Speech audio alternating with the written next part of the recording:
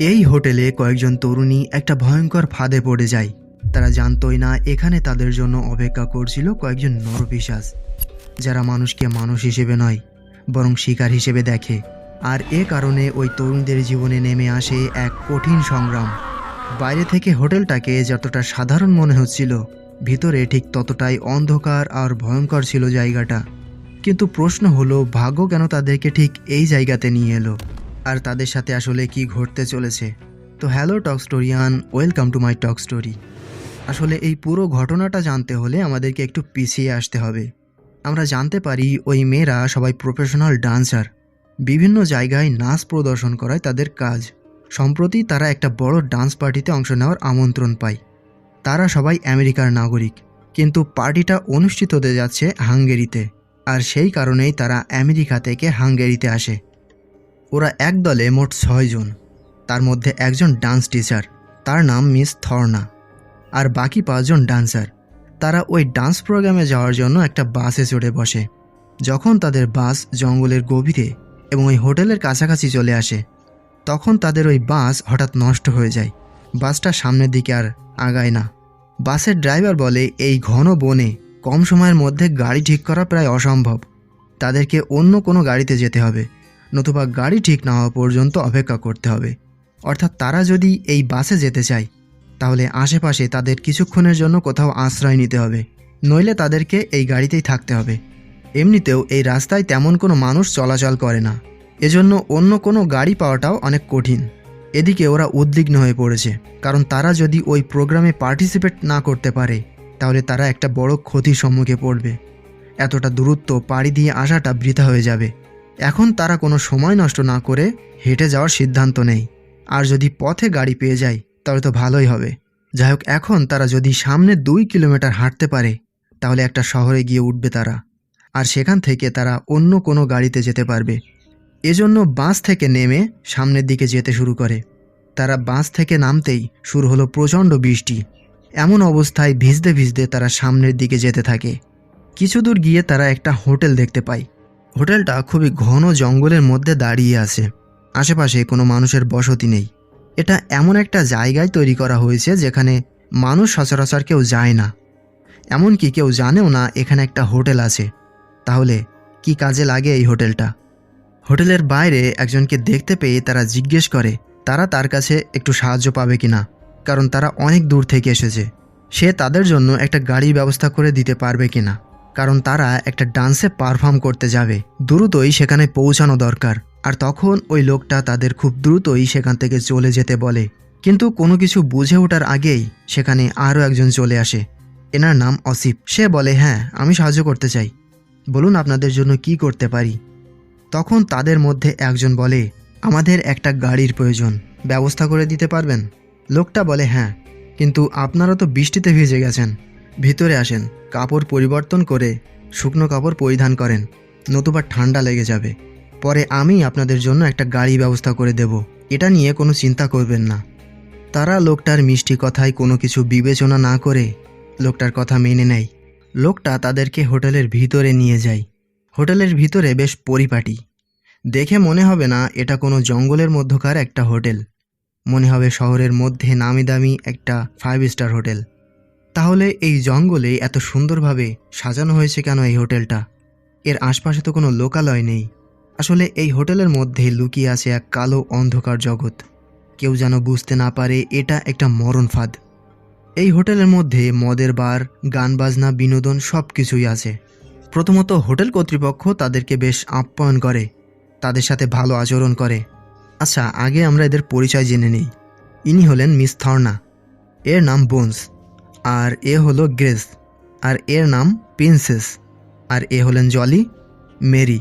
এমন সময় প্রিন্সেস জানায় তার এখন ওয়াশরুমে যাওয়ার প্রয়োজন। তখন অসিফ তার হাতটা প্রিন্সেসের দিকে বাড়িয়ে দেয়। প্রিন্সেস বাক প্রতিবন্ধী।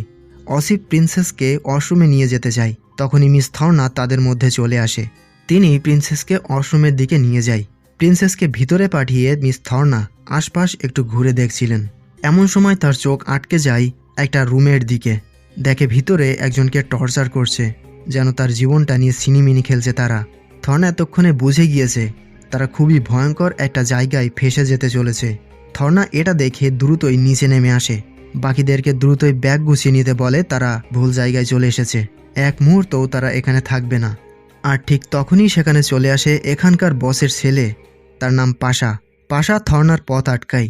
থর্না যখনই পাশাকে আহত করে তার সঙ্গীদের কাছে আসতে যায়, পাশা পিছন দিক থেকে গুলি করে দেয়।